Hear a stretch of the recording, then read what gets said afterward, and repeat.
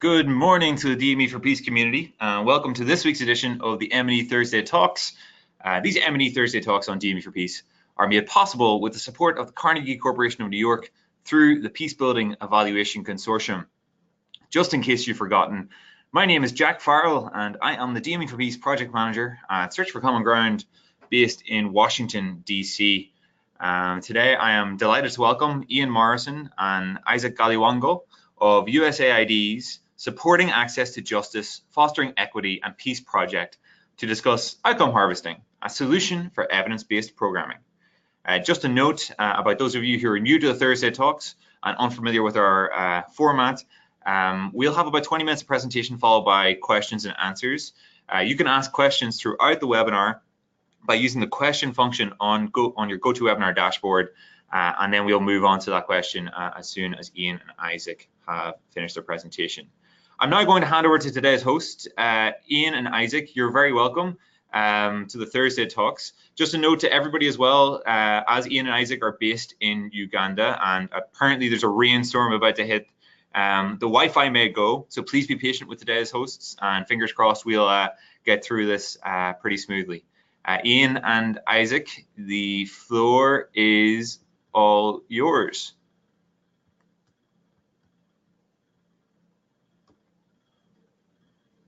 Hi, Ian. And good evening. Yeah, thanks, Jack. And good evening, everyone. Thank you for joining us. My name's Ian Morrison, and I'm the Chief of Party of the USAID SAFE program. As Jack said, our internet here is a little dicey. If we do lose internet connection, I'll try to reconnect through my phone as a portable modem. If there is difficulty, if there's breakdown and you have a hard time understanding something we say, send it by chat to Jack and he can let us know. So SAFE stands for, as Jack said, Supporting Access to Justice, Fostering Equity and Peace. It's a 6-year program running from 2012 to 2018, I'm just about to close, funded by USAID to strengthen peace building and conflict mitigation in Uganda by improving access to justice on land matters and enhancing peace and reconciliation in conflict-prone zones. In this webinar, we're going to explain how SAFE came in midstream with outcome harvesting as an M&E tool to supplement our more traditional M&E approaches and what resulted from that.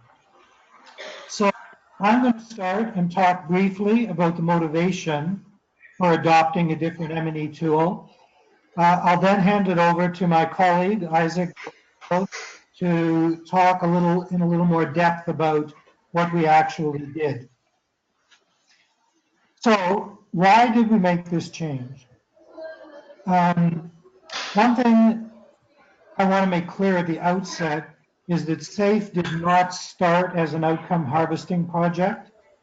The outcome harvesting methodology was introduced more than halfway through the project when much had already been done. So what we're talking about today is the retrofitting of an existing project to incorporate a new M&E method. Clearly, if one was starting a new project and wanted to include outcome harvesting in the M&E toolbox from the beginning, it would imply quite a different approach. I came to SAFE as Chief of Party in August 2015 when the program had already been running for 3 years. SAFE has 3 service delivery methodologies. Some of its activities were implemented directly by staff, some by external consultants, and a very large amount by CSOs under a large sub-grant program. I think we had something like 50 sub-grants over the course of the program. Obviously, we started with USAID performance indicators and our grantees had performance goals and indicators in their contracts with us. These were overwhelmingly quantitative measures. How many of this did you have? How many of that did you do? That indicated activities, or at best changes in knowledge, but generally not impact. After I arrived at SAFE in the fall of 2015, I went out with some of my staff to visit some of our grantees. And I was a bit surprised in talking to them to hear a lot of stories about what had been happening in their communities because of their work, which involved things that we had never heard about. They hadn't been reported to us. When I asked our staff about this, they said, oh yeah, that's common. And basically, and I'm sure everybody listening, if you're in the M&E field, will be familiar with this, they were only reporting outputs, that is to say, their activities, for the very valid reason that that's all we asked them to report. Now, USAID Uganda contracts out some of its M&E and learning functions to a program called the Learning Contract, implemented by QED. So by serendipity, just around this time, the Learning Contract offered some free workshops on evaluation methodologies for complex development intervention. One of these was a presentation on outcome harvesting, which I attended. And I had some slight familiarity with this because a predecessor methodology, outcome monitoring, was developed in my hometown of Ottawa. I would like to say that we then did an exhaustive analysis of comparative methodologies for evaluation of outcomes in complex projects, but frankly, we didn't. Outcome harvesting looked good enough for our purposes, and we had access to expert support through Search for Common Ground, so we made the decision to go with outcome harvesting. And that's just around the time that Isaac joined SAFE as our senior M&E person. The introduction of outcome harvesting took place in 4 steps. First, we held an internal workshop in June 2016 for our own staff, delivered by Search for Common Ground, to introduce to them the rationale for a new method of looking for evidence of impact, and to give an introduction and grounding in the methodology. Second, again with assistance from Search for Common Ground, we held a workshop for our last cohort of grantees in which we gave them the same basic training. Third, following that training, our M&E staff, led by Isaac, closely monitored and mentored the grantees in how to use methodology, which to most of them was a radically different approach to how they reported on their projects, and to ensure that their final reports to us focused on outcomes and not outputs. Lastly, once we had a collection of outcomes, Search for Common Ground came in again to help us refine them and work through the sometimes difficult process of properly identifying an outcome versus attribution versus. We discovered pretty quickly that although these are simple distinctions in theory, they can be tricky in practice and often confused by new users. Search for Common Ground then also helped us to design some accessible and attractive ways to display the results of our outcome harvesting. And these included, amongst other things, an interactive map on our website where outcomes can be seen both geographically and chronologically. And we'll return to that a little later in the presentation. But at this point, I would like to turn over to my colleague Isaac to go into further detail about the actual process of implementation. And then we can return to some observations about the process and the lessons that we learned. So Isaac, take it away. Just before we're getting Thank you, there, Ian. we're hearing a bit of background. Yes, we Yes. can hear. We're just getting a bit of background noise from where you are. So I don't know if it's possible to close the door or be able to keep it a little bit more quiet on that end. But yes, we can hear you. It's not coming from us, Jack. This room is quiet.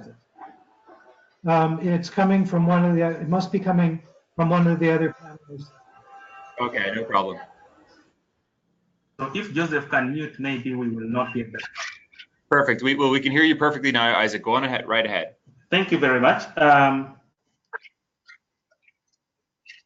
Yes, the process of rolling out outcome harvesting started with efforts to change the mindset for program staff by critiquing the program reports that had been produced for lack of outcomes.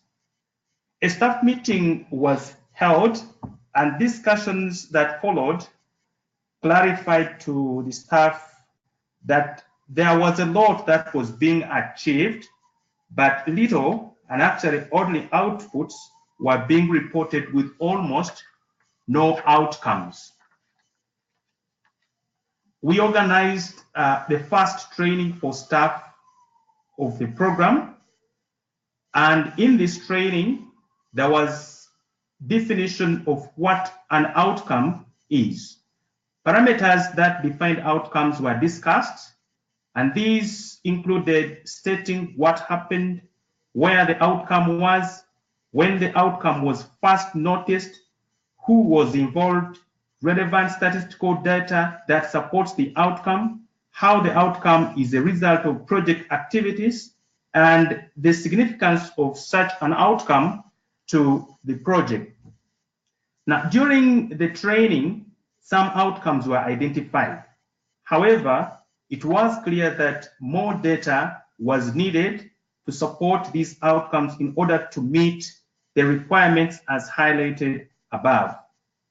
We needed to revise data collection tools and reporting tools, as well as build the capacity of the implementing grantees to have the same appreciation of outcomes. Immediately after staff training, tools were revised and shared with the implementing grantees. This was because there was little time to wait for the training of grantees to go on, and yet staff had appreciated the value of harvesting outcomes, and we needed to start collecting immediately. With support from program team who had gone through the training, some grantees were able to identify outcomes, but the need for training of grantees was glaring, and we needed to do this so soon to make them be on the same footing with the program team. In September 2016, 3 months after the staff training, grantees were mobilized and trained in outcome harvesting methodology. The training led to identification of more outcomes. Some of the outcomes that had been identified by program staff were also improved further with the details, especially statistical evidence. The training was a radical reorientation in approach for some grantees because it was clear that the program was entering the final year of implementation, and yet grantees had been accustomed to output reporting since inception. SAFE had to monitor and mentor grantees intensively to get the change sink in to document as many outcomes as they could in the remaining time. By the end of the grant period, most of the implementing grantees were doing a decent job of reporting outcomes, and some tell us that this has permanently changed their approach to self-evaluation. After the trainings, the program rolled out series of reflection and data collection field works with beneficiaries and grantees to document program outcomes since inception. This was necessary because a lot had gone undocumented in the first 5 years of the program. The process involved building capacity through mentoring as well as data collection with the aim of capturing and documenting outcomes that had been left out. A catalog of outcomes was developed, and as new outcomes were identified, they would be included in that catalog.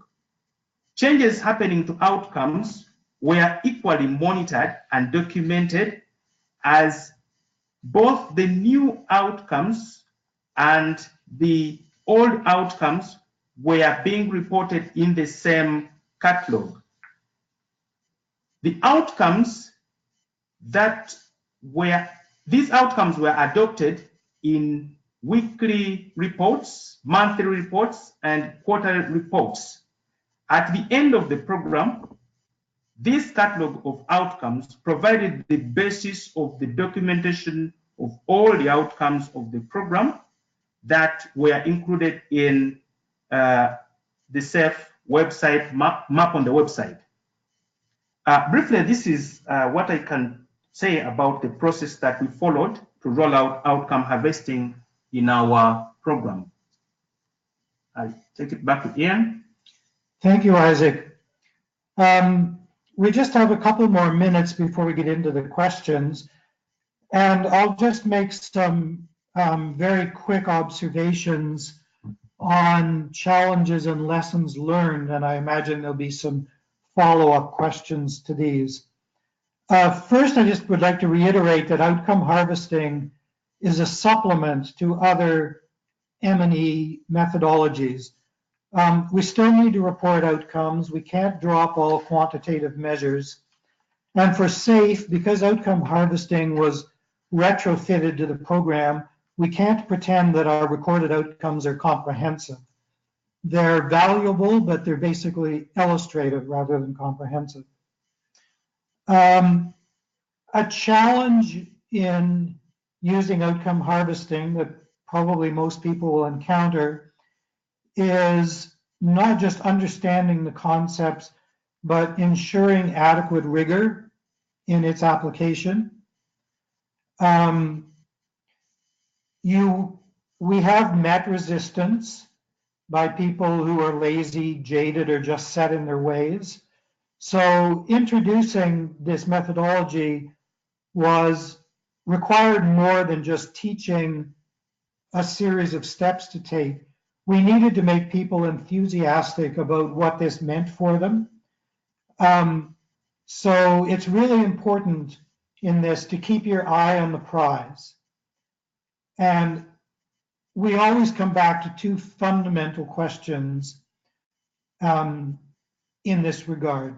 The first is your community better or worse than when we came in? And second, whichever is the answer, is it wholly or partly because of us or for some other reason? Generally, once people understand the value of outcomes, they feel reinforced in their work and they embrace it enthusiastically, but that doesn't happen automatically. Another point, just quickly I'll mention, we may come back to that, is that it's very important in outcome harvesting to not just see it as a fancier way to say success stories. Outcome harvesting also implies collecting negative lessons. And properly done, it should identify both intended and unintended consequences, and within those, both positive and negative outcomes. If outcome harvesting is to be a valuable learning tool, you have to cover all of that ground. And I think anyone participating in this webinar will understand that you learn as much or more from negative outcomes as you do from positive ones. You just have to remember here that you're up against human nature. staff, grantees, partners all have a natural psychological bent towards emphasizing the positive and minimizing the negative.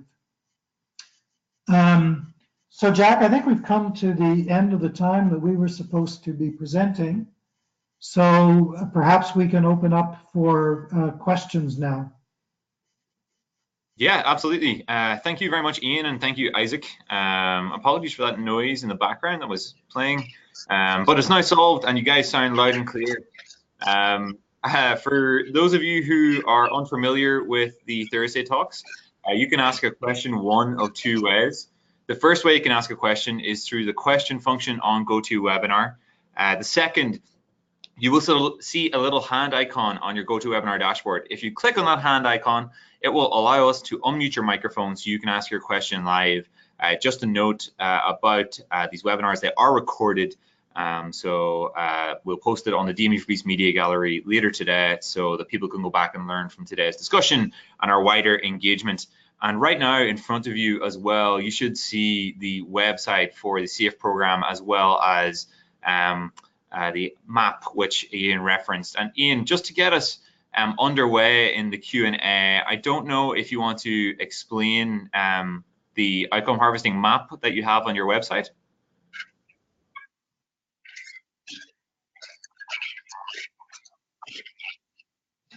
Yes.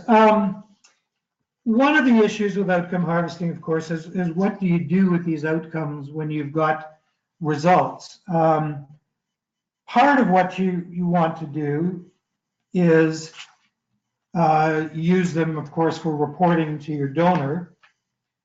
But you also want to use them to communicate with the public and other stakeholders. So you want to find attractive ways to show what's happened. So we incorporate outcomes in our regular narrative textual reporting.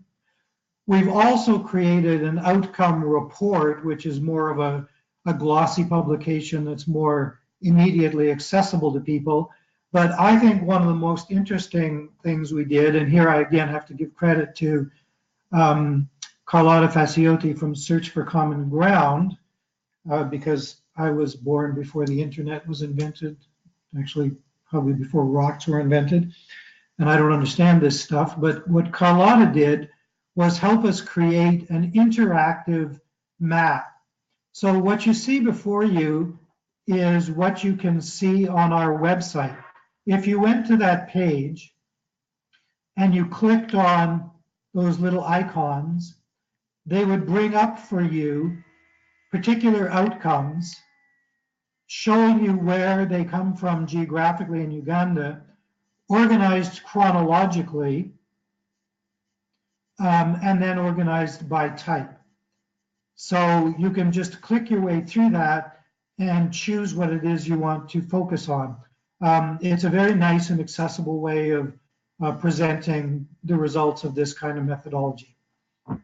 Great, thank you very much, Ian. We're going to unmute Subair Faisal Abbasi, who has Subair unmuted.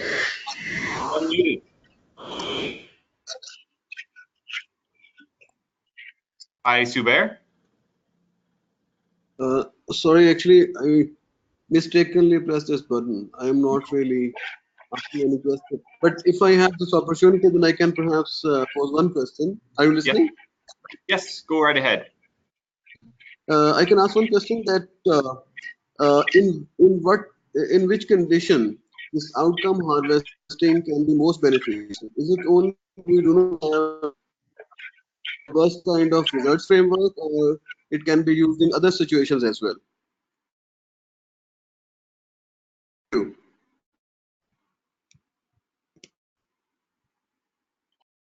Jack, I didn't really hear that. Could you summarize the question?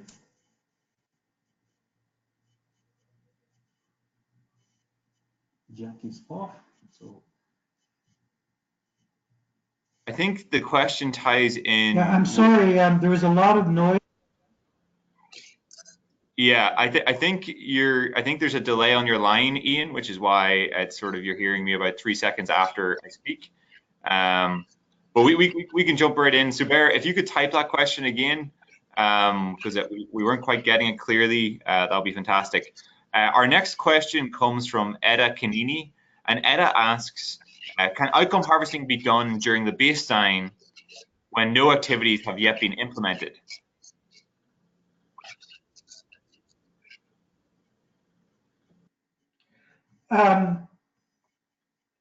No.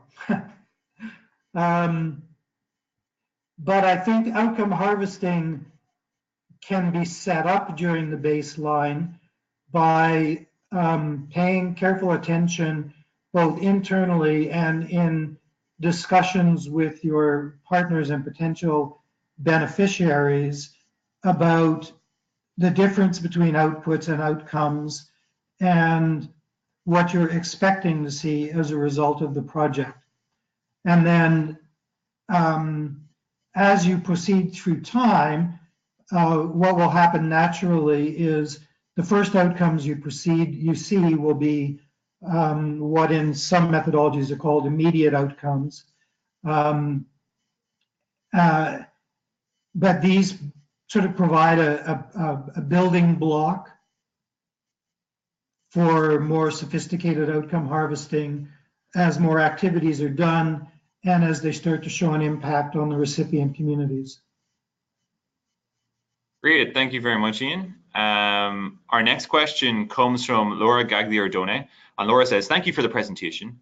In your experience, what motivates people, and how do you intend to ensure their participation and commitment in the outcome harvesting process in the long run?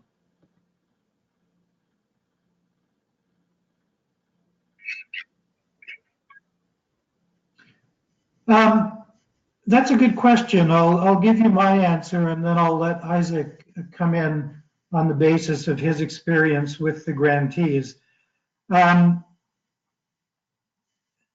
main motivation, as far as I'm concerned, and I'll reveal my personal biases here, is that most people working in fields like development actually want to see that they're contributing to the betterment of the people they're working with. And outcome harvesting is one of the ways which very clearly can demonstrate that, far more than quantitative measures can. And our experience, my experience for the most part, working with our staff, is that over the past couple of years, the staff have become much more enthusiastic about their work as they integrate the process of looking for places where it has actually bettered the communities and the beneficiaries, rather than just coming back and saying, we delivered this training program or this activity. But let me also offer Isaac a chance to do that, because he worked very intensively with our grantees to get them reoriented to outcome harvesting. Thank you, Ian. First, it is quite motivating to do things differently. That's the first thing which I noticed. We have been working in the same way with different organizations, collecting information the same way.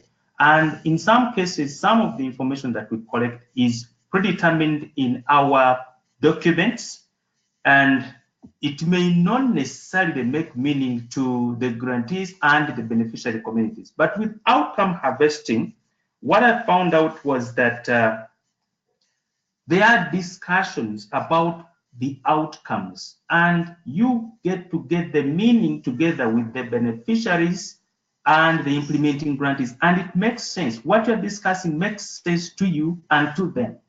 It's not what you have come with, but what you have found out as an outcome in the community. And now when you begin discussing what they see day to day, what they have found out as a result of what was implemented in their communities, they get motivated because what you are talking about makes sense to them, and they live with it every other day.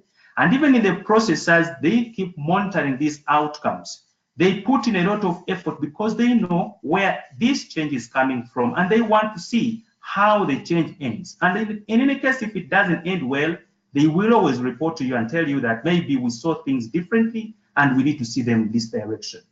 And even what I want to add here is that the process of data analysis and capturing the data from the community.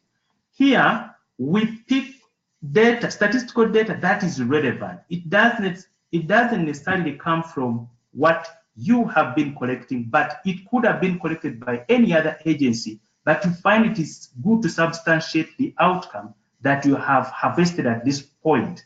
And in this case, they start making meaning of what is happening in their community. You live with the change and you enjoy to see the change taking place, and this keeps motivating you as you go by. Thank you, Ian and Isaac. That was really interesting. And I'm going to build off your answers there with the next question from Joan Marshall Mizier. And Joan says, thank you very much for the presentation, and it was very insightful. I wanted to know more about the participation of the community during this process. Was there a feedback loop for community members and program participants? And did you go back to them about the outcomes collected?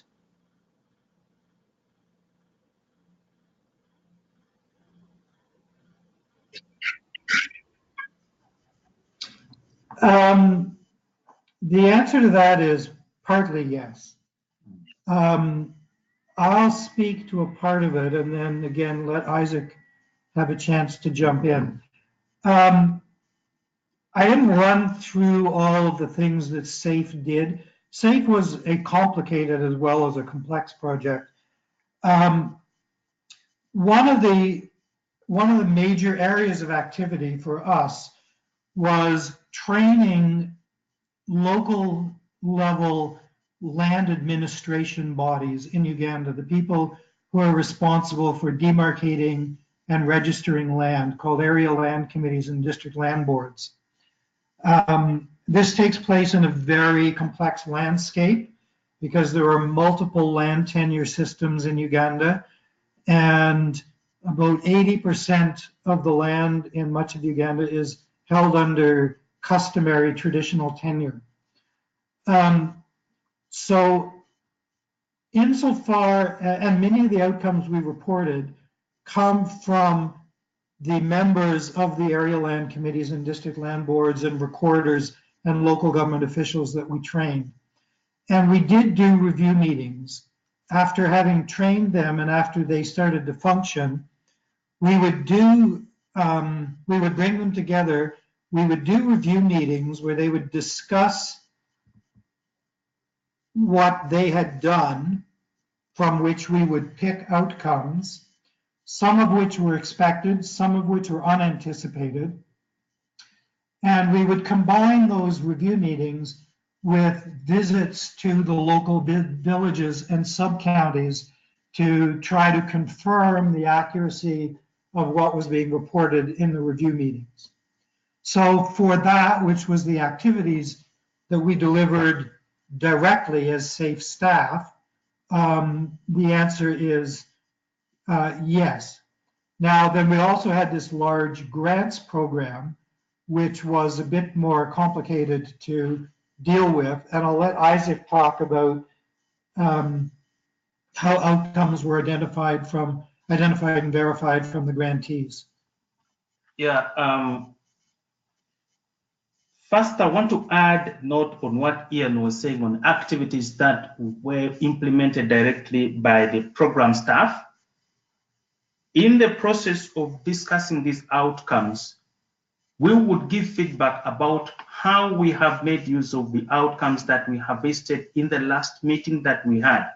And in some cases, we would get some updates on what is happening, because some of the outcomes could be still rolling out and more changes would still be coming from what was discussed previously. A change has happened, but more changes coming from it. And in that process, we would get that feedback to them on how we used them, and then they would give us more information. We would still discuss more with them on how we are utilizing these outcomes. And also, in the one thing which I observed when we were out there with the oversight persons was the fact that they would even go to the extent of using their smartphones to check on how we are using their outcomes on our website to report on what is taking place. And now, as we have the map, they already know that some of these are coming from their communities, and they're using them to lobby for action from local governments. And one thing which I last had being reported was the fact that some of these groups have again continued to meet locally without the support of the program, but meet in their sub-counties and talk what we used to talk about, the changes that are coming because of the activities that we did, because they are now open to seeing what more is coming from this. And now for the grantees, we are trying to have the same model that the program was running, with its activities that are being implemented directly being done by the grantees also. So in that process, we're encouraging them to do exactly what we're doing. And so they would emulate our facilitation with our direct activities. And this feedback was always there, where the beneficiaries would have a time to meet with the implementing grantees and reflect on these outcomes, discuss what has changed in their community and how they will keep monitoring this, and then they keep reporting it. And even up to now, they are still sharing this information with our grantees, even when we have ended our direct interactions with them. The grantees are still receiving this information, and they're still making use of it. Now, not directly with SAFE, but with the respective local government authorities who are in those places, so that they can see change take place in their communities. That's what I want to say. Great, thank you both for your detailed answer. And our next question comes from Rebecca Grubel. And Rebecca writes, thank you both for a great presentation. Rebecca's question is about lift and demand from the team. Realistically, how much time per week or month did each team member spend on harvesting outcomes? Is there a way to do a light touch type of way to go about doing outcome harvesting?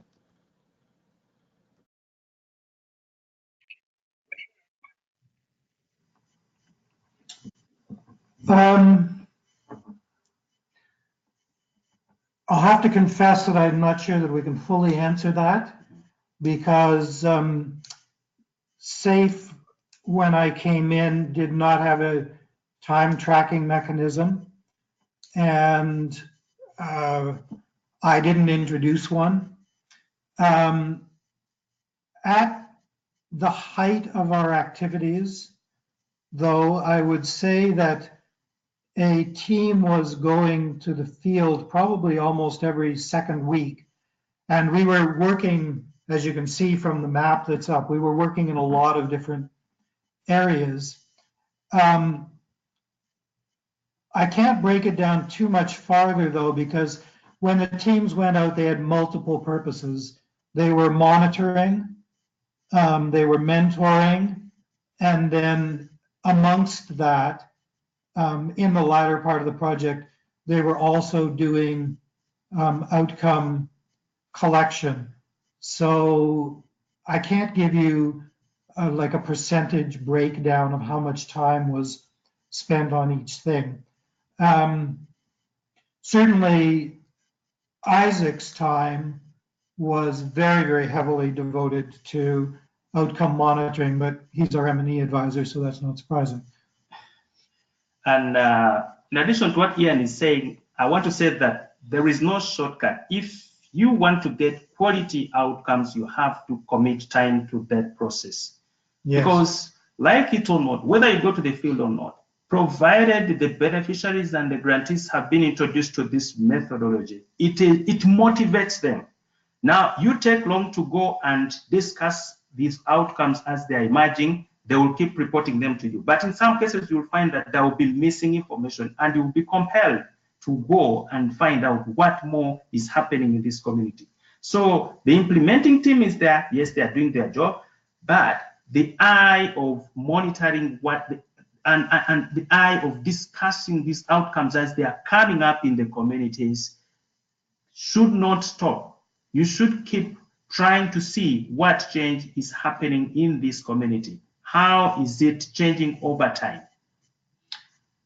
And just to reinforce and supplement what Isaac said, if outcome harvesting is not just a reporting methodology, but it's a learning and feedback methodology, you can't make too many shortcuts.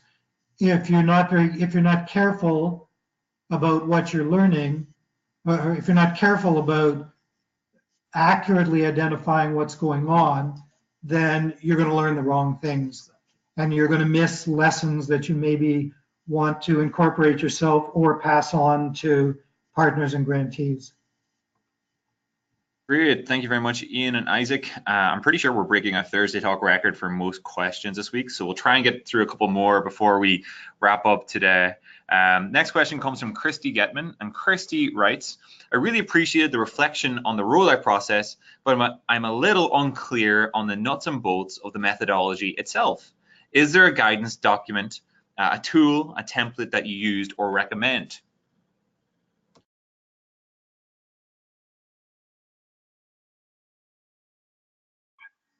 Yes, but to actually go through the outcome harvesting methodology would take a lot more time than we have left.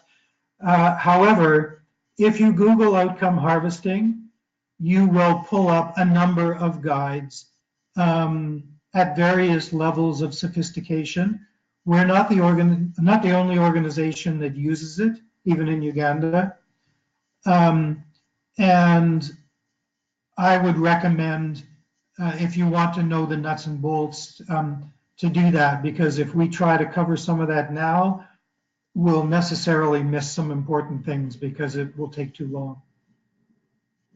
Great, thank you very much. And Christy, if you reach out to me via email after today's webinar, I can sort of guide you in some sort of outcome harvesting documents that have turned up on DME for Peace in recent months that I find really helpful. Our next question comes from Elise Stork, who has asked if you could describe some of the methods used in the outcome harvesting process, focus groups, key informant interviews, etc. What were more effective than others?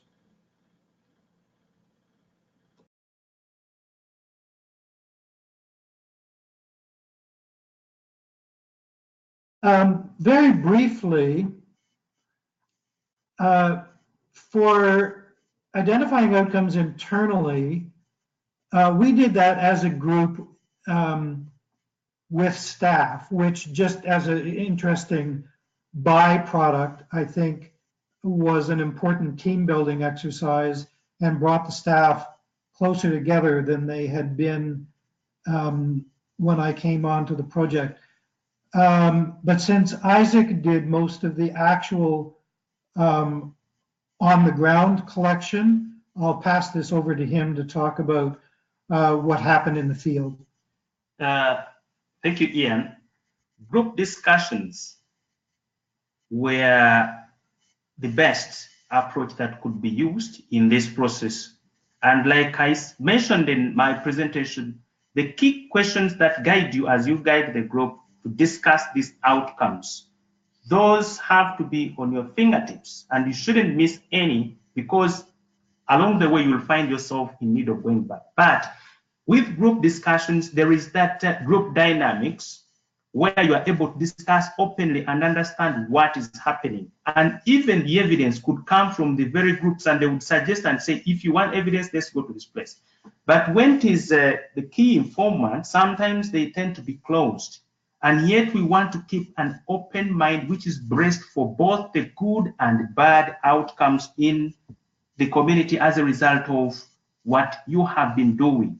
And when the group gets to get your confidence that there won't be any problem, they are free to discuss anything. They will always open up and then tell you, so you can be able to learn from the process. But with the key informants, sometimes they tend to close out on some of the key information that you need. Great, thank you both. We're going to ask two rapid fire questions to try and wrap up today's webinar. The first comes from Mary Dawson, and Mary has asked, what software was the map produced in? And the second comes from Lindsay McCall, and Lindsay asks, does outcome harvesting allow for the reduction of cost of external evaluations, considering you've already collected a lot of the data from participants already?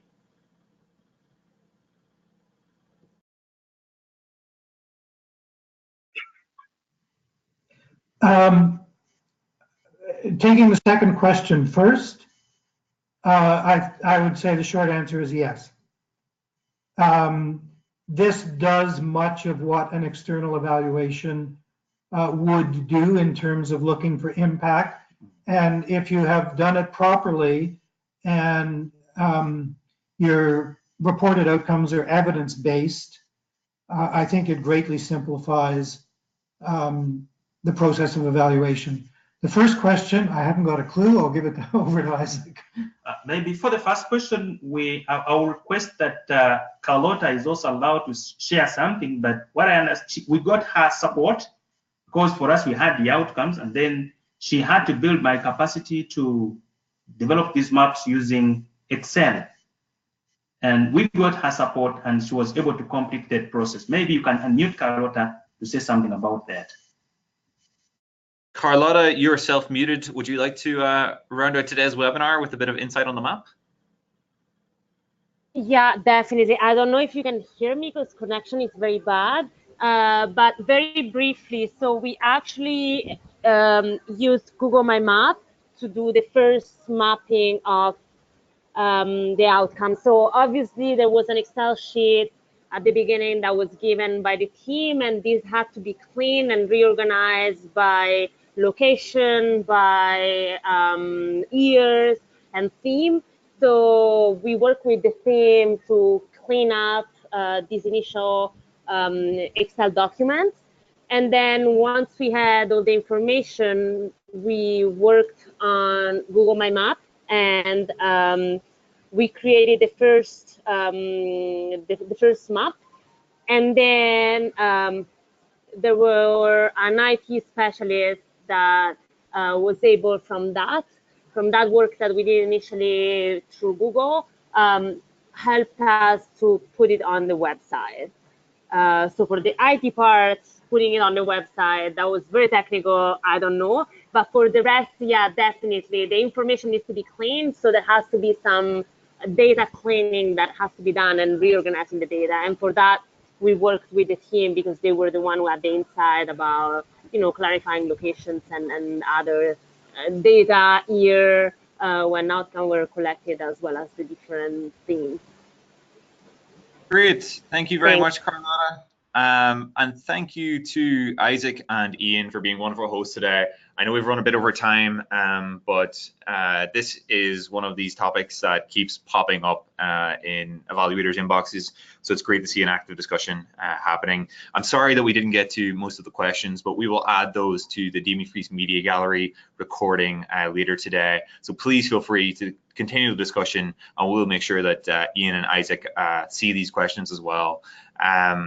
Thank you again for joining the Thursday Talks. Just a note, if you're interested in showcasing a project that your organization or you have worked on, an emerging piece of research, a particular methodology you're fascinated by, please feel free to get in touch with the DME for Peace team. The M&E Thursday Talks are community sourced.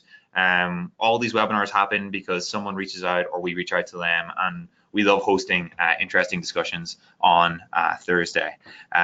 We'll be back in a couple weeks' time to discuss randomized control trials with our friends at JPAL, and I hope you're going to be able to join us for that. In the meantime, have a great rest of your day. Enjoy the World Cup. I'm cheering on Brazil because my beloved Ireland haven't made it, but hope everybody has a wonderful rest of your week. Take care.